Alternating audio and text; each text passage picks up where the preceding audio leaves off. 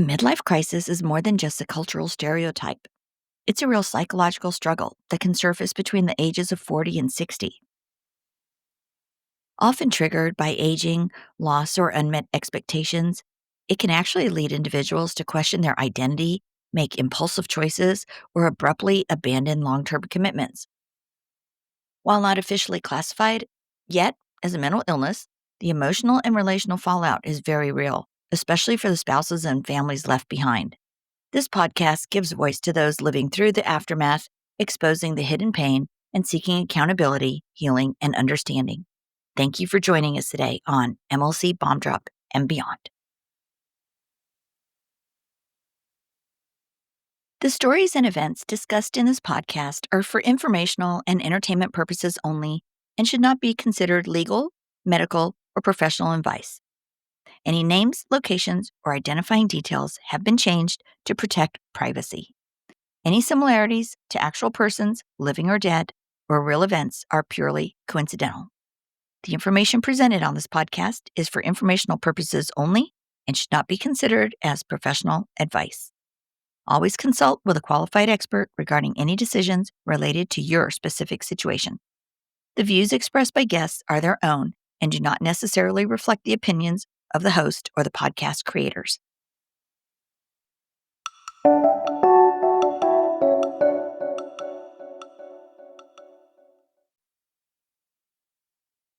Hey guys, before we begin today, I want to be really clear about the intention of this episode. This is not about diagnosing anyone, it's not about accusing anyone, and it's not about relitigating past events. This episode, however, is about a pattern that emerges in some severe midlife crises. It's a pattern that is frightening, confusing, and often deeply isolating for families. If this topic brings up strong emotions for you, please pause, take a deep breath, ground yourself, and take care of your nervous system. And know that you are not required to push through this. You can pause at any time. Sometimes the most disturbing part of a midlife crisis doesn't come during the separation. It doesn't even come during the affair or the sudden personality shift. It comes later, quietly, through someone else's mouth. A child, a relative, a mutual acquaintance. And it sounds like this.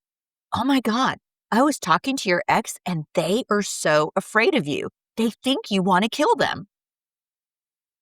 Okay, not because you threatened them, not because you harmed them, but because somehow the story has flipped and now you, the left behind spouse who's not out there having an affair, now you are the danger. If you have ever heard this and felt like the ground dropped out from under you, if you thought, oh my God, holy crap, what is happening? How did we get here? Well, hello, this episode is for you.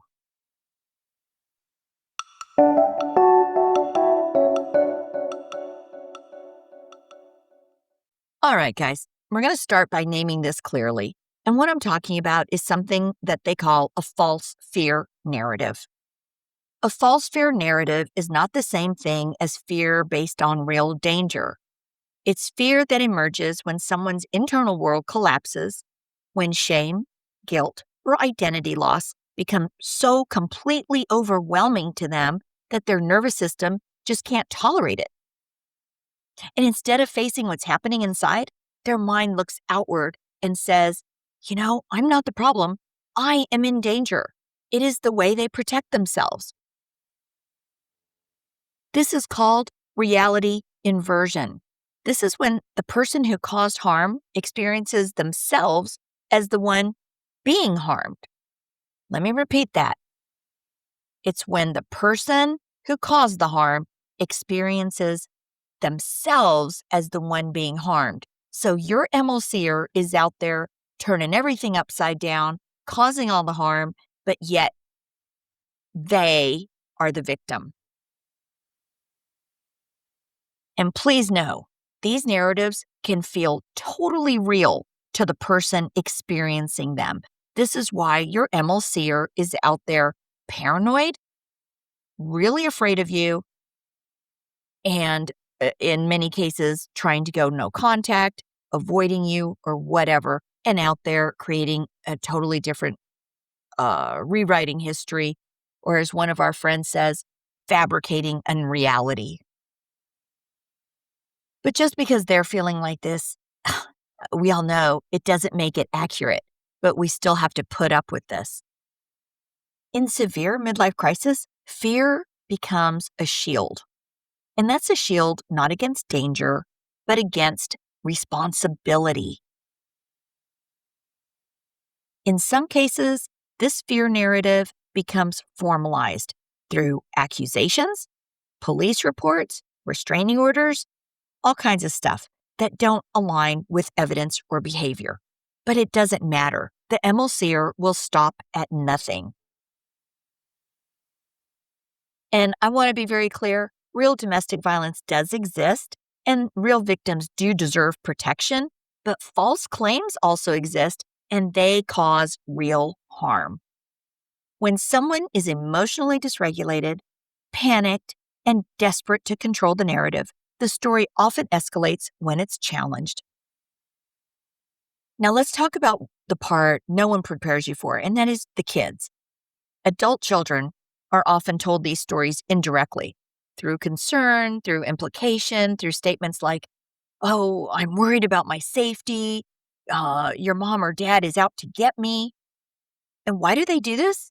Fear narratives recruit witnesses, not to attack, but to confirm the story. That causes them to be put in a position where they have to doubt one parent to protect the other, or risk losing connection. And obviously, that is not fair, and it's not their responsibility. They were totally pulled into this spiraling out of control mental collapse. So, left behind spouse, what are some things that you should not do during this? If this is happening to you, here's what not to do. Do not argue the facts emotionally. Don't bother over explaining. Don't demand loyalty from your children. Do not retaliate publicly. And don't let fear pull you into the chaos. The louder you argue reality, the more the story frames you as being unstable. So, you guys, what does help? Well, calm truth, consistency, documentation, and emotional regulation.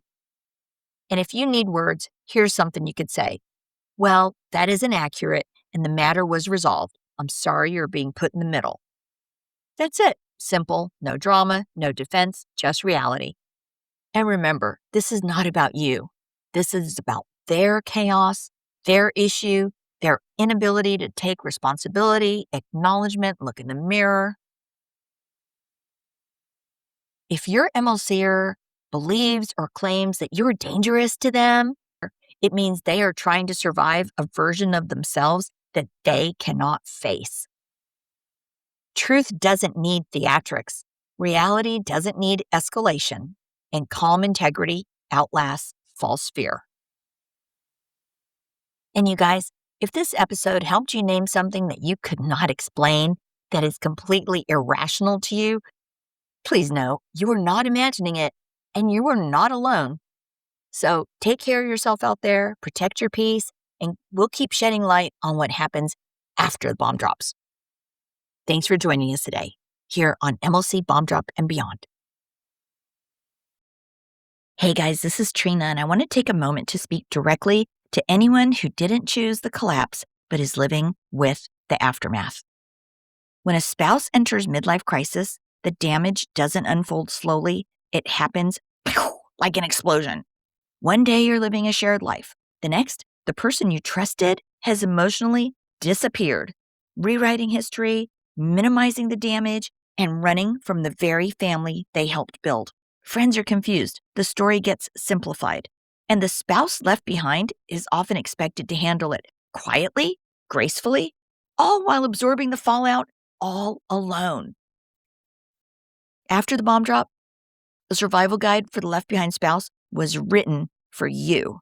This book doesn't offer platitudes or false hope. It names what others avoid. Inside, why chasing answers only deepens the wound, and how to stabilize your life after emotional abandonment, emotionally, legally, and within your family. In this book, we talk about why these departures feel so sudden and destabilizing, because they are. Why the spouse who stays is often blamed, erased, or silenced. Why saving yourself is not abandonment, and how to grieve someone who is still alive while finding your footing again. This book does not promise reconciliation. It offers you guys something more necessary at this time, and that is stability, dignity, and a way forward when someone else has chosen to run. After the Bomb Drop, a survival guide for the left behind spouse is available now on Amazon Kindle in both ebook and paperback. And if you're standing in the blast radius and wondering how to survive what you didn't cause, this book was written for you.